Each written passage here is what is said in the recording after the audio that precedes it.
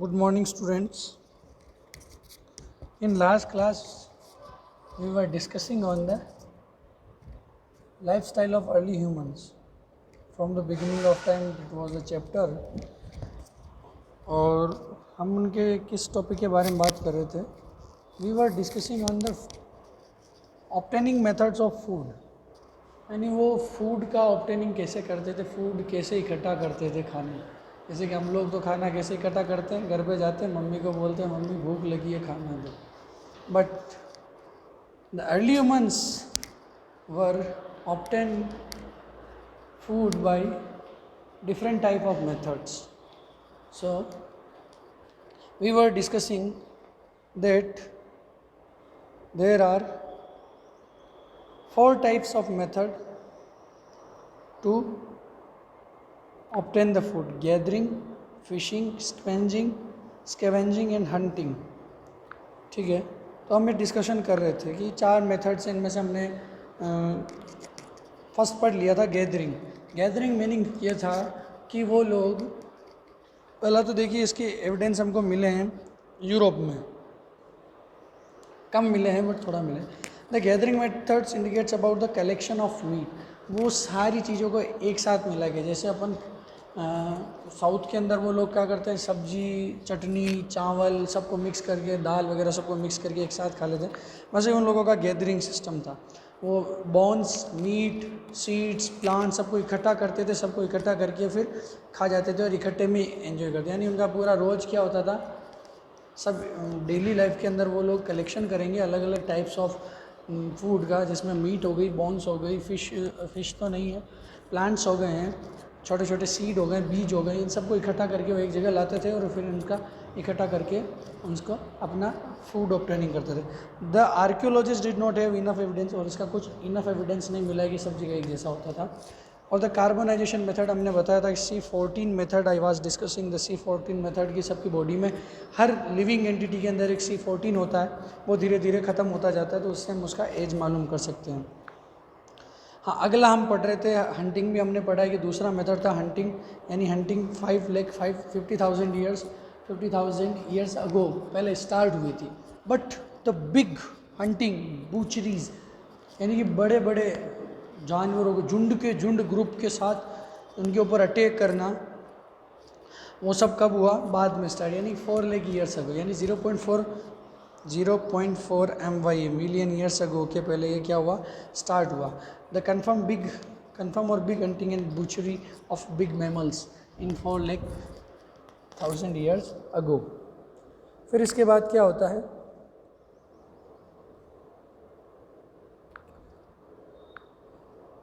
इसके 2 हमको साइट्स मिलती. पहली है बॉक्स ग्रूव इन साउथ इंग्लैंड और दूसरी है स्कॉनिंजन इन जर्मनी. जर्मनी के अंदर भी 2 हैं, जर्मनी में एक है और इंग्लैंड के अंदर एक है. बॉक्स ग्रूव, वहाँ पर 0.5 MYA के हंटिंग के हमको एविडेंस मिले हैं और 0.4 MYA के हंटिंग के एविडेंस हमको मिले हैं. द स्कॉनिंजन इन जर्मनी, ये दोनों जगह हैं. अब देखिए अगला हम मेथड पढ़ रहे हैं स्कैवेंजिंग एंड फॉरेजिंग. फॉरेजिंग मतलब हो गया, फॉरेजिंग मतलब the method of foraging was used to obtain food. In this method they used to forage the meat, bone, marrow and of dead animals. इसके अंदर वो लोग क्या करते थे कि मरे हुए जो जानवर होते थे, नॉट जिंदा लोगों का हंटिंग, अगर जिंदा को मारेंगे तो हंटिंग में चला जाता है. दूसरा मेथड कौन सा था, ये फॉरगेजिंग, इसको स्क्वेंजिंग भी बोलते हैं. स्कैवेंजिंग का मतलब हो गया कि किसी भी चीज़ को ढूंढते थे. वो किसको ढूंढते थे, bone marrow of dead animals. Bone, उनका बोन मैरो हो गया या उनके मीट हो गया, उन सबको मरे हुए जानवरों से इकट्ठा करते थे. यानी कोई, मान लीजिए कोई वहाँ पर कोई एनिमल मरा पड़ा है, ये एनिमल मरा हुआ है, ठीक है, इसका सड़ रहा है धीरे धीरे सड़ रहा है, तो क्या करेंगे, इसकी बॉडी से वो लोग क्या करते थे, मीट और उसका बोन और मैरो वगैरह सब इकट्ठा कर लेते थे वो लोग. तो ठीक है, तो ये इसके बारे में स्कॉलर्स क्या बोलते हैं. The scholar suggest that this method was mostly used among the early human. ये वाला मेथड सबसे ज़्यादा यूज़ होता था by the early humans. Most used method कौन सा था?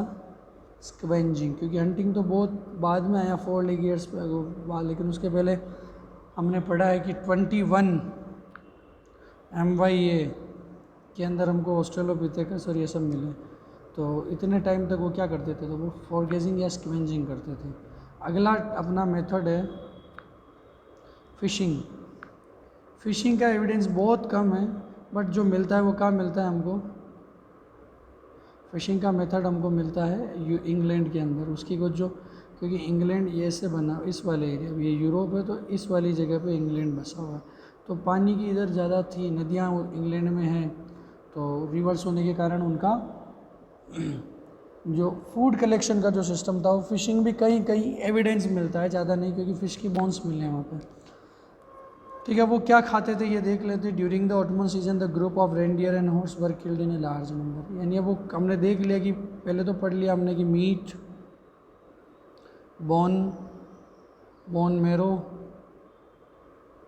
स्मॉल प्लांट्स, फिश, सीड्स, ये सब वो चीज़ें खाते थे।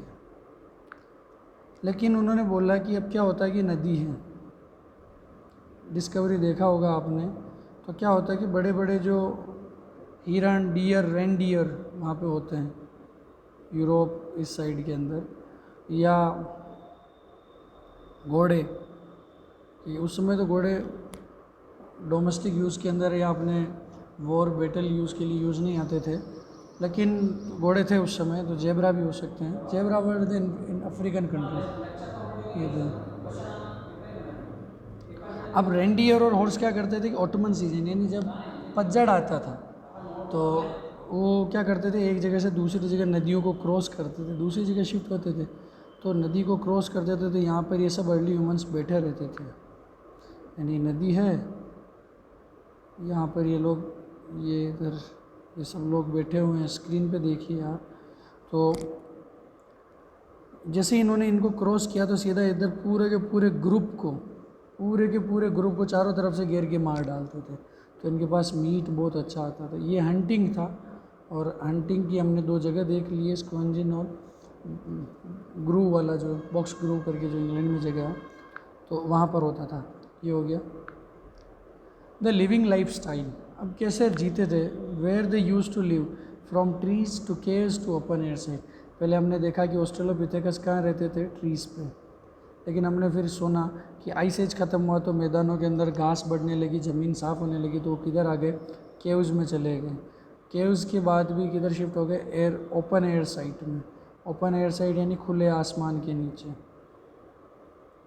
तो उनका 3 जगह रहना हो गया। फर्स्ट हो गया first they lived on trees, then after caves, and then open air sites. Open air sites के अंदर वो लिविंग थे। फिर होमिनिड, अब देखिए इसको मैं बड़ा करता हूँ कि hominid in tree, other primates in tree, leopards feeding in tree, सब कुछ है। चिपकलियाँ भी रह रही है, उल्लू भी है, होमिनिड्स भी रह रहे हैं, अदर प्राइमेट्स यानी एप्स या मंकीज़ भी रह रहे हैं। अब मालूम कैसे पड़ता है कि वहाँ पर ये लोग रहते थे, यानी कि दे लिव्ड ऑन ट्री और इन द केव और in the open air side. तो हमको कैसे मालूम पड़ा कि ये लोग वहाँ रह रहे थे? तो हमको मालूम ऐसे पड़ता है कि वहाँ पर खूब सारी एक्टिविटीज़ एक साथ होती थी, और उन एक्टिविटीज़ का एविडेंस हमको मिल जाता है। अगर आप एक स्क्रीन पे देखेंगे तो देखिए, आपकी बुक से मैंने फ़ोटो लिया है, इसके अंदर देखिए ये कटिंग लिखा है, यहाँ पर किसी भी चीज़ को तोड़ा जा रहा है, चबाया जा रहा है, और बोन्स, हड्डियाँ हैं, यहाँ से बाहर निकल गई, चबाया, खाया, फेंक दिया। होमिनिड्स कैरिंग, पत्थर लेके आ रहे हैं, खूब सारे पत्थरों के निशान हैं, स्टोन्स पड़े हुए हैं। होमिनिड्स रिमूव, क्रोकोडाइल्स फीडिंग, ये सब कुछ एक ही जगह के आसपास हो रहा है। इसका मतलब वहाँ पे क्या होता था? पूरा उनका लिविंग एरिया था। कहाँ पे होता था? केव्स और ओपन एयर साइट्स के यहाँ पे। फिर आगे चलते हैं कि अपने को क्वेश्चन पूछा जा सकता है, क्वेश्चन इंपॉर्टेंट है, एग्ज़ाम में भी पूछा जा सकता है कि how can we find the place of residence of the early humans, यानी हम उन अर्ली ह्यूमंस का रेजिडेंस कैसे फाइंड कर सकते हैं, हमको कैसे मालूम पड़ेगा, how we get know about the residence of the early humans, कि हमको मालूम कैसे पड़ेगा कि they were use to live here, यहाँ पर वो लोग रहते थे कैसे, ये क्वेश्चन पूछा जाता है। अब इसका आंसर क्या देता है, for that we have to find the places where we can have the evidence of the artifacts, we have to plot them, यानी हमको आर्टिफैक्ट्स मतलब होता है, एक वर्ड आता है आर्टिफैक्ट्स जो आपके 12th क्लास में बार बार काम आएगा, इस क्लास में भी है, इस क्लास में मोस्ट प्रोबेबली इन्हीं चैप्टर्स में आएगा जो अर्ली हिस्ट्री से जुड़े हुए हैं, बट 12th क्लास में बहुत जगह काम आने वाला है। तो आर्टिफैक्ट्स का मतलब होता है कि जो यूज़ आते हैं वर्ग, यानी वो सारी चीज़ें, गुड्स और थिंग्स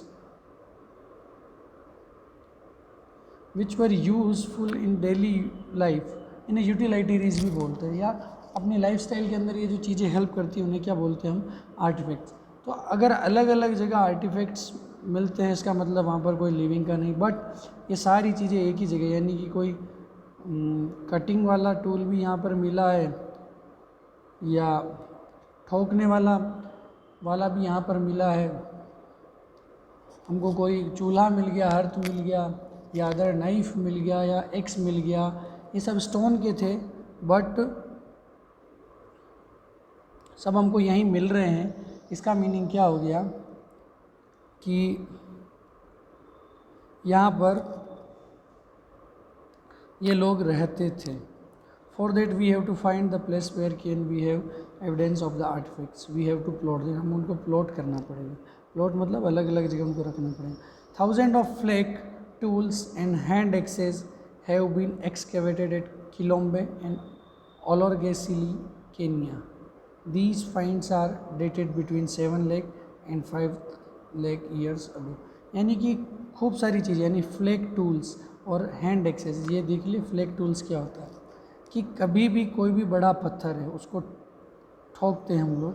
अगर आपने कभी पट्टियों को तोड़ते हुए देखा होगा, जो पुराने टाइम में घरों में लगी हुई पट्टियाँ, अगर उनको हम काटते हैं, उनका कटिंग करते हैं, तो उनके छोटे छोटे से फ्लेक्स निकलते हैं, यानी छोटे छोटे से लाल पत्थर निकलते हैं इस टाइप के। तो लाल पत्थर को वो क्या करते थे, अलग अलग शेप में ले लेते थे और उनका अलग अलग यूज़ करते थे, तो इनको फ्लेक्स बोलते हैं। जैसे हम ऑनियन होता है, तो ऑनियन को हम क्या करते हैं, उसकी जो धीरे धीरे बाहर की जो शेल्स जो हटाई जाती है, उसकी जो परतें हटती जाती, लेयर्स, वो फ्लेक्स होती है। वैसे ही क्या होता है, फ्लेक्स तो नहीं कह सकते, उसको लेयर्स कह सकते हैं, बट फ्लेक्स भी इसी टाइप का होता है कि जब बड़े पत्थर को छोटे छोटे अगर उसको फिक्स एक शेप में देना, तो उसके साइड वाला जो वेस्ट मटेरियल होता है, उससे कुछ पत्थर के छोटे छोटे टुकड़े निकलते हैं, उनको बोला जाता है फ्लेक्स। तो इन फ्लेक्स से जो टूल बनते हैं उनको बोलते हैं फ्लेक टूल्स। हैंड एक्सेस यानी उन्हीं टूल्स को, यानी पत्थरों को तोड़ तोड़ के उन्होंने क्या बनाई थी, हैंड एक्स यानी कुल्हाड़ी बनाई थी। वो कहाँ मिलेगी, किलोम्बे और ओलोरगेसिली कहाँ पर है, केन्या में है। These finds are dated between, और ये 7 लाख यानी 7 लाख एंड 5 लाख ईयर्स को, 0.7 MYA एंड 0.5 MY ईयर्स के पहले वहाँ पर मिली है, किलोम्बे और ओलोरगेसिली, केन्या के अंदर ये दो साइड से। अब आता है क्वेश्चन कि हमको मालूम पड़ गया कि वहाँ पर आर्टिफैक्ट्स मिलेंगे, फ्लैग टूल्स मिलेंगे, अलग अलग हमको एविडेंस मिलेंगे, उन्होंने हमको प्लॉट कर दिया, हमने उनको एक जगह, तो मालूम पड़ गया कि यहाँ पर वो लोग रहते थे। बट अगला क्वेश्चन क्या आता है, how did these tool accumulate in one place. अब ये सारे एक ही जगह क्यों आए हैं। It is possible that some places where food resources were abundant were visited repeatedly.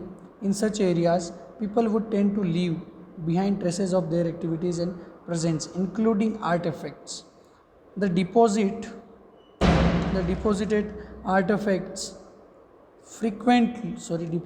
artifacts would appear as patches on the landscape. The places that were less frequently visited would have fewer artifacts, which may have been scattered on the surface.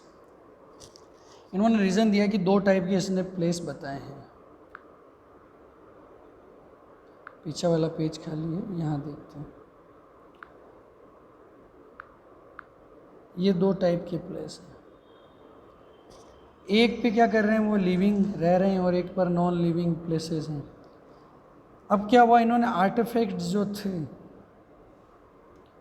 वो सब एक जगह मिलने का reason ये था कि अगर वहाँ पर लोग रहते थे तो वो अपने कुछ ट्रेसेस छोड़ जाते थे, सुराग छोड़ जाते। सीआईडी की भाषा में बोले तो उन्होंने पीछे क्या छोड़ा है, सुराग छोड़े हैं। तो ये लोग अपने कुछ ट्रेसेस छोड़ जाते थे उनकी अलग अलग एक्टिविटीज़ के। जैसे हमने फ़ोटो में देखा ना कि वहाँ पर कटिंग हुआ है, कहाँ पर उन्होंने खाया है, ईटिंग हुआ है, कहाँ पर उन्होंने चबाया है, कहीं से उन्होंने तोड़ा है, वो सब कुछ क्या होता है, वहाँ पर उनके टूल्स के शेल फ्लेक्स मिल गए हैं, तो वो सब एक जगह उनको क्या मिलते हैं, मिल जाते हैं, तो वो अपनी ट्रेसेस छोड़ जाते हैं। इन्हीं ट्रेसेस से हमको क्या मालूम पड़ जाता है कि वहाँ पर लिविंग होता था। दूसरा उन्होंने क्या बताया कि नॉन लिविंग, और जहाँ पर वो लोग कम विज़िट करते थे, यानी जिस जगह पे वो लोग कम जाते थे, जहाँ पर फूड का सप्लाई ज़्यादा नहीं था, जहाँ पर उनके जो डेली की जो लिविंग के लिए जो उनकी जो नेसेसिटी की जो चीज़ें थी वो वहाँ नहीं मिलती थी, तो वहाँ पर उनका जाना कम होता था। तो लेस विजिटेड जो साइट थी, लेस विजिटेड साइट्स के ऊपर ट्रेसेस क्या क्या होते हैं, कम मिलते हैं। लेस विजिटेड साइट्स के ऊपर ट्रेसेस हमको कम मिलते हैं। तो ये क्वेश्चन होता है, ठीक है। और जो कम वाले के अंदर भी कुछ ट्रेसेस होते थे, वो सारे ट्रेसेस क्या होते हैं, धीरे धीरे समय के साथ ख़त्म हो जाते हैं। अगला टॉपिक, अगली चीज़ आती है, it is also important to remember that the same location should have been shared by hominids, other primates and carnivores. Look at the diagram below, see that this में यू हैव वर्कड। यानी हमने जो पीछे diagram देखा कि एक ही जगह पे, क्या एक ही जगह पे कौन कौन रहते थे, कार्नावायरस भी रहते थे, कार्निवर्स, प्राइमेट्स भी रहते थे और होमिनिड्स भी रहते थे। तो सब लोग अपना अपना शेयरिंग करते थे रेजिडेंस को। अब प्राइमेट्स भी खाना खा रहे हैं तो भी हम वहाँ पर हमको क्या मिलेंगे, आर्टिफैक्ट्स और ट्रेसेस मिलेंगे। कार्निवर्स भी खा रहे हैं तो भी हमको ट्रेसेस मिलेंगे, और होमिनिड्स भी खा रहे हैं तो मिलेंगे। तो इससे हमको मालूम पड़ता है कि मोस्ट विजिटेड प्लेस थे और ये लेस विजिटेड प्लेस थे। तो इन लेस विजिटेड और मोर विजिटेड प्लेसेस से क्या मालूम पड़ता है हमको कि वहाँ पर हमको आर्टिफैक्ट्स ज़्यादा मिलेंगे, और आर्टिफैक्ट्स मिलेंगे इस, और साथ ही साथ हमको वहाँ पर ट्रेसेस ज़्यादा मिलेंगे। So we can conclude, we can get the conclusion of the residence of the early humans. वहाँ पर हमको मालूम पड़ जाएगा यहाँ पर वो रेजिडेंस उनका था और वहाँ पर नहीं था। इसके आगे देखिए, अगला एग्जाम्पल चलते हैं। ये हमको रेजिडेंस मिल गया। अब दो फेमस रेजिडेंस का हम बात करेंगे। एग्जाम्पल्स ऑफ रेजिडेंस हमने देखा है, ये देखिए एग्जाम्पल्स ऑफ रेजिडेंस। इसके अंदर देखते हैं कि कुछ एग्जाम्पल्स हमको मिले हैं। The evidence of cave and open air residence have been found in near 4 lakh years ago and 1,25,000 years ago. यानी उसके पहले लोग कहाँ रहते थे, जो ऑस्ट्रेलोपिथेकस या होमिनिड्स रहते तो कहाँ रहते थे, ट्रीज़ पर रहते थे। बट आफ्टर द वाइल वो लोग कहाँ रहने लगे हैं, केव में, और ओपन एयर साइट में कब आने लगे, 125। यानी हमको टाइम दे दिया कि केव के अंदर वो 4 लाख ईयर्स अगो यानी 4 लाख साल पहले रहते थे, और 1,25,000 साल पहले वो कहाँ गए थे, ओपन एयर साइट्स में।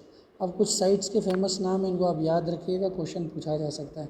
लेजरेट केव कहाँ है, फ्रांस में, याद रखिएगा। Lazaret cave is situated in France, और लेजरेट केव के अंदर हमको रेजिडेंस मिलता है of the early humans. A 12x4 cave was built near the cave wall. The 2 huts found here and many food resources like fruits, vegetables, seeds and birds' eggs. यानी लेजरेट केव एक केव है जो कहाँ पर है, फ्रांस में है। Lazaret cave is situated in France, और वहाँ पर क्या हुआ, एक गुफा थी। जो गुफा है लेजरेट केव, ये मान लीजिए गुफा है, यानी केव है, इसके पास क्या है, एक छोटा सा उन्होंने शेल्टर बनाया है। ऐसा अपने जो उन्होंने एक ऐसा शेल्टर बनाया ऊपर से ढका हुआ। इस शेल्टर के अंदर उनको क्या मिला है, चूल्हा, जिसको हम इंग्लिश में हर्थ बोलते हैं, और कुछ क्या मिले, फूड रिसोर्सेज मिले, जिसके अंदर फ्रूट्स, वेजिटेबल्स और मीट, सीड्स और एग्स, ये कुछ चीज़ें मिली है वहाँ पर। तो इसका मतलब क्या होता है कि उनका जो लिविंग रेजिडेंस जो एरिया था वो मोस्टली 3 जगह हमने देखा था, trees, caves and open air. तो केव का हमको मिला 4 लेक और 125 मिला हमको इसका ओपन एयर साइट्स का। तो लेजरेट केव फ्रांस के अंदर जो है उसके अंदर वो लोग क्या मिला है, 12x4 का वॉल बना हुआ है, एक शेल्टर, सॉरी केव नहीं, यहाँ पर शेल्टर है, आप इसको करेक्ट करिएगा। 12x4 का एक शेल्टर, यानी एक ढका हुआ जिसके ऊपर चद्दर उन्होंने डाल रखे हैं और उसको चार तरफ ऊपर से ढका हुआ है, शेल्टर यानी इस टाइप का। तो ये शेल्टर वहाँ पर मिला है लेजरेट के। लेजरेट केव सिचुएटेड इन फ्रांस। क्या मिला है वहाँ पर, 2 हर्ट्स मिले, यानी 2 चूल्हे मिले हैं। याद रखिएगा हर्ट्स इंपॉर्टेंट है कि हर्ट्स कहाँ पर मिले हैं, तो लेजरेट केव में मिले। साथ ही साथ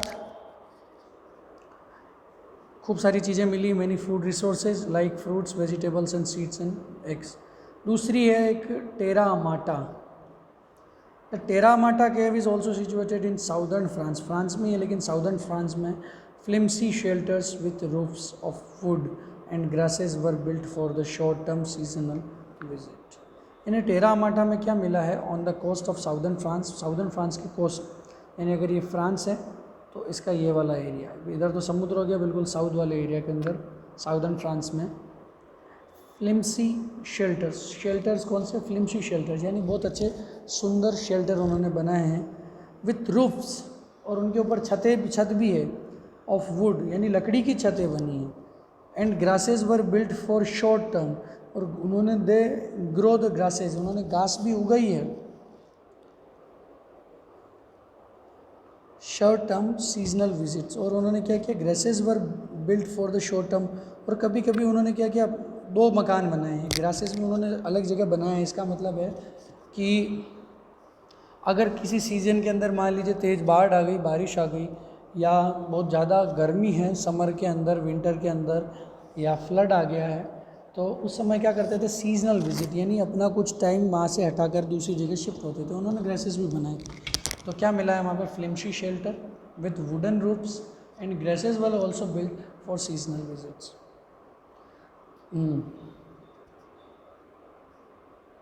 The pieces of baked clay and burnt bone along with stone tools dated between 1.4 and 1 MYA have been found at Cheswanja, Kenya and Swartkrans, South Africa. कुछ और चीज़ें हमको मिली, यानी बेक्ड क्ले, यानी पकी हुई मिट्टी। क्या, बेक्ड क्ले, पकी हुई मिट्टी, यानी आग में जो मिट्टी पकाई जाती है उसको बोलते हैं बेक्ड क्ले। तो पीसेज ऑफ बेक्ड क्ले, यानी कुछ बेक्ड क्ले के पीसेस, और बर्नट बोन, जली हुई हड्डियाँ। इसका मतलब क्या है, वहाँ पर खाना कौन सा होता था, खाना बनाया जाता था, कुक किया जाता था, गरम पकाया जाता था। पीसेज ऑफ बेक्ड क्ले, इसका मतलब उनको मिट्टी को पकाने का आर्ट भी आता था, विथ स्टोन टूल्स, और स्टोन के टूल्स मिले हैं, डेटेड बिटवीन 1.4 MYA, यानी 1,40,000 एंड बिटवीन 1 लाख ईयर्स अगो के बीच में उनको मिला है। मीन फाउंडेड चेसोवेंजा केन्या में एक साइट है, और स्वार्टक्रैंस इन साउथ अफ्रीका। यहाँ पर क्या मिले हमको, स्टोन टूल्स, साथ ही साथ बर्नट क्ले के pieces and the burnt bones, baked clay and burnt bones and the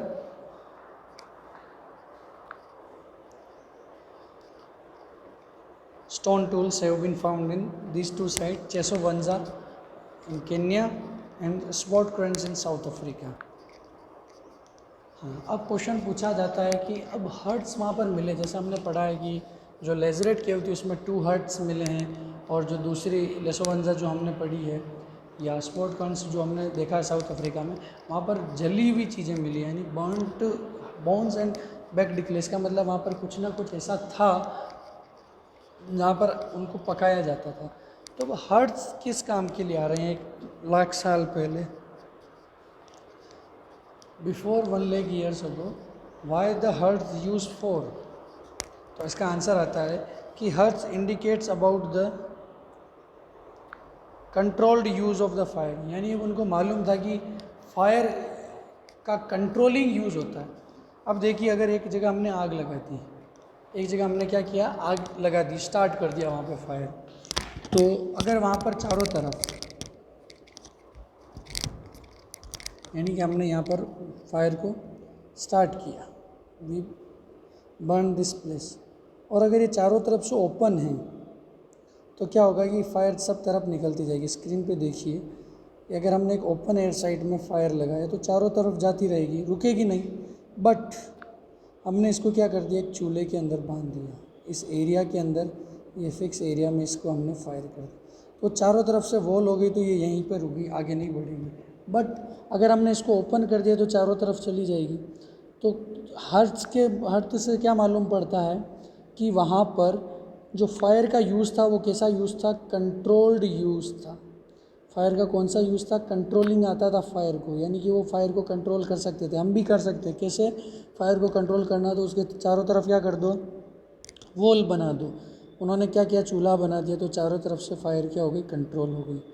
ठीक है, अगला क्या, हर्ट्स का यूज़ कहाँ आता है, advantage of hearths, fire provided the warmth and light inside the caves, यानी अगर केव में रह रहे हैं तो वहाँ पर अगर उन्होंने फायर जलाया है, हर्ट्स में आग जलाई है, तो क्या होगा, उसकी जो गर्मी, क्योंकि ठंडी जगह Europe and the south African sites and the Kenya, वहाँ पर क्या है, सॉरी यूरोपियन जो साइट्स हैं उस जगह क्या है, बहुत तेज़ ठंड होती है, बिल्कुल विंटर के अंदर तो उनका जो कोल्ड होता है, टेम्परेचर बिल्कुल माइनस से माइनस चला जाता है। तो उस समय क्या होता है, उनकी केव को गर्म रखने के लिए क्या करते थे, वो हर्थ में फायर जलाते थे, एंड अंदर ही अंदर जो लाइट होता था उसके लिए भी क्या करते थे, वो फायर जलाते थे। It could be used for the cooking, और वो कुकिंग के लिए भी यूज़ आता था, जैसे हमको मिला है कि बर्न बोन्स मिले, जली हुई हड्डियाँ। To hard the wood the fire was used as for instance of tip of spear. अब वो क्या, उन्होंने भाले बनाए हुए थे, जो टूल्स होते थे, तो उनकी जो आगे की जो टिप होती थी, यानी आगे की जो नोक है, उसको बिल्कुल हार्ड बनाने के लिए वो क्या करते थे, वुडन की जो होती थी नोक, उसको हार्ड करने के लिए क्या करते थे, उसको आग में पकाते थे। तो हर्थ यहाँ पर भी यूज्ड आते थे। Fire was used as the instance of tip of spare to scare the dangerous animals and fire was the lighten, और बड़े बड़े भयानक जानवरों को डराने के लिए भी क्या करते थे, वो लोग फायर को जलाते थे। तो कुछ यूज़ हैं हर्थ के, और फायर के यूज़ वहाँ पर क्या काम आते थे, ये हो सकते हैं, ये हमने देखा है। नेक्स्ट चलते हैं, tool making of early humans. हमने एक वर्ड सुना था पीछे, होमो हैबिलिस, याद होगा आपको। तो होमो हैबिलिस को क्या बोलते हैं, Homo habilis meaning the tool maker early humans, जो टूल मेकर थे उनको बोला है होमो हैबिलिस। तो ह्यूमंस भी क्या करते थे, टूल बनाते थे। अब एक चीज़ आती है कि not only the humans used to make the tools for their daily life, but also birds use to make the tools for their defence in home and for, यानी केवल इंसान या अर्ली ह्यूमंस वो ही नहीं बनाते थे टूल्स, खूब सारे जानवर अभी भी टूल्स बनाते हैं, जिसके अंदर एक नाम आता है सीवर करके। वो एक ऐसा जानवर है जो अपना टूल पूरा का पूरा नदी को रोक सकता है, पानी के बांध बना देता है, अपना पूरा ब्रिज डेवलप कर लेता है। खूब सारे लोग टूल्स करते हैं, बनाते हैं, क्यों, क्योंकि अपना सेफ्टी करने के लिए और अपनी डेली लाइफ्स के लिए। Chimpanzee also make tools for there utilities, chimpanzee भी अपना फूड सप्लाई पूरा करने के लिए क्या करते हैं, टूल्स बनाते हैं। But there is difference between the tool making of early humans of between human and other apes, यानी अदर एप्स भी, यानी चिंपैंजी वगैरह भी अगर उसको बना रहे हैं या अलग लोग बनाते हैं दूसरे अदर देन ह्यूमंस, तो उन दोनों के बीच में एक डिफरेंस होता है। ठीक है, तो उस डिफरेंस को हम पढ़ते हैं।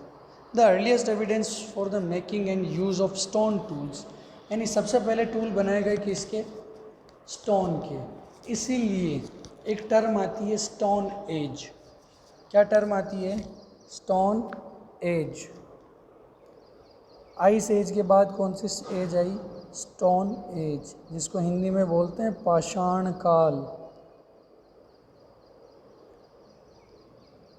स्टोन एज जो आई उसके अंदर क्या हुआ कि जो टूल्स बनने लगे वो किस में बनते थे, स्टोन से बनते थे, इसलिए इस एज को क्या बोला गया, स्टोन एज।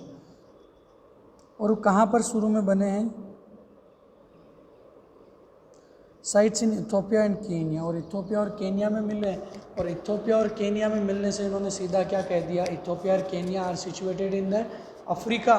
और अफ्रीका का हमने रीज़न पहले पढ़ा था कि सबसे पहले अर्ली ह्यूमंस कहाँ इवॉल्व हुए थे, अफ्रीका में। इसका मतलब जो सबसे पहले टूल मेकर्स थे वो कौन थे? The Australopithecus were the first tool maker species in the world. कौन थे? The earliest tool makers were the Australopithecus. याद रखिएगा, क्वेश्चन पूछा जा सकता है। As in the case of other activities, we do not know whether tool making was done by men or women or both. It is possible that the stone tool makers were both women and men. यानी उन्होंने एक सीधा conflict create किया है book वालों ने कि ये टूल जो बनाते थे और the men were the tool maker और women were the tool maker, यानी आदमी बनाते थे या औरत बनाते थे। लेकिन उन्होंने बोला हमको मालूम नहीं, ऐसा हो सकता है कि दोनों बनाते थे। Women in particular may have made and used tool for obtain food for themselves as well as sustain their children and after weaning। यानी कि जो वीमन है दोनों टूल सब अपने अपने लिए टूल बनाएंगे, दो कैटेगरी मेन और वुमेन की। तो वुमेन क्या अपने डेली लाइफ स्टाइल यानी फूड इकट्ठा करने के लिए और अपने जो बच्चे हैं चिल्ड्रन हैं उनको पालने के लिए, उनको सस्टेन करने के लिए, सस्टेन देयर चिल्ड्रन, अपने चिल्ड्रन को सस्टेन करने के लिए क्या बनाती थी? वो टूल बनाती थी। वहीं दूसरी ओर मेन भी टूल बनाएंगे, बट मेन का टूल क्या होगा? फॉर हंटिंग और डिफेंस के लिए वो क्या करते थे? टूल्स बनाते थे। About 35,000 years ago, improvements in the techniques for killing animals are evident from the appearance of new kinds of tools such as spear throws and the bows and arrow। यानी अब नई टेक्निक यूज़ होने लगी for what? For the hunting of the animals. उसके अंदर क्या जुड़ गए? बो यानी धनुष और बाण जोड़ दिया उन्होंने, और क्या जोड़ दिया? थ्रोवर्स, स्पेयर थ्रोवर्स, यानी हाथ में पकड़ के एक भाला फेंकते, आपने देखा होगा एक मूवीज़ के अंदर की, वो हाथ से सीधा निशाना लगाते, तेज़ तर्रार भाला जो सीधा जाके लगता है, वो उन्होंने बनाना सीख लिया। The meat thus obtained was probably processed by removing the bones followed by drying, smoking, storage. Thus food could be stored for later consumption। यानी उन्होंने बोला कि meet obtained was probably processed by removing the bones, यानी उसमें से हड्डियाँ निकाल ली जाती थी, उसके बाद मीट का यूज़ होता था और उसको स्टोर कर लिया जाता था फॉर कंजप्शन, लेटर कंजप्शन, यानी बाद में यूज़ करने के लिए। इसके आगे वाले यहाँ से हम अगली क्लास में कंटिन्यू करेंगे। तो स्टूडेंट्स, मुझे मालूम है कि ये थोड़ा चैप्टर थोड़ा टिपिकल है, बट आप इसको डेली पढ़ते रहेंगे, इसको रिवाइज करते रहेंगे तो बहुत इजी चैप्टर है। इसमें खूब सारी चीज़ें ऐसी जो आपको केवल याद करनी है। इस चैप्टर में कुछ नहीं करना है, कुछ एनालिसिस नहीं, कुछ समझना नहीं है, केवल याद करना है। Who were the Homo habilis, who were the Homo sapiens, Australopithecus, hominids, hominoids, Homo, tool maker, ये सब चीज़ें हमको याद करनी है। So students, notebook mention, notebook में सब कुछ नोट करते रहिए और घर पे बने रहिए। अगर कोई भी क्वेश्चन है तो आप मुझे कांटेक्ट कर सकते हैं, और कुछ ही टाइम बाद आपका टेस्ट भी हो सकता है, तो आप उसके लिए प्रिपेयर रहिएगा। So students, we will meet in the next class. Stay home, stay safe and do not overuse the mobile other than your study. Okay students, thank you so much.